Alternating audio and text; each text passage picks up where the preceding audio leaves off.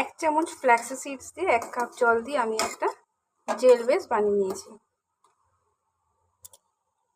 সবাইকে welcome back to my page. আমি মৌসুমি। আজ তোমাদের সাথে আমি একটা স্কিন গ্লোয়িং এবং টাইটনিং একটা সোপ শেয়ার করব।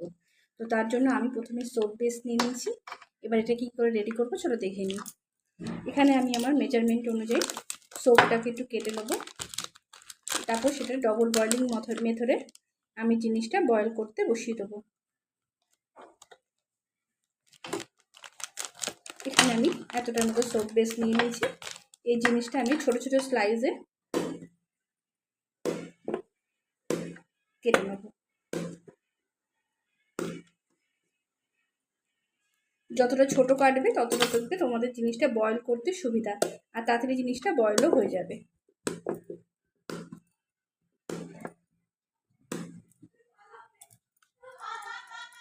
এইটা আমি একটা বোলের মধ্যে নিয়ে জিনিসটা ডবল বয়েলিং করতে বসিয়ে দেবো।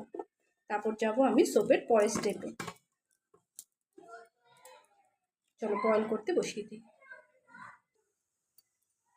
তোমরা দেখতে পাচ্ছ জলটা আমাদের ফুটে গেছে।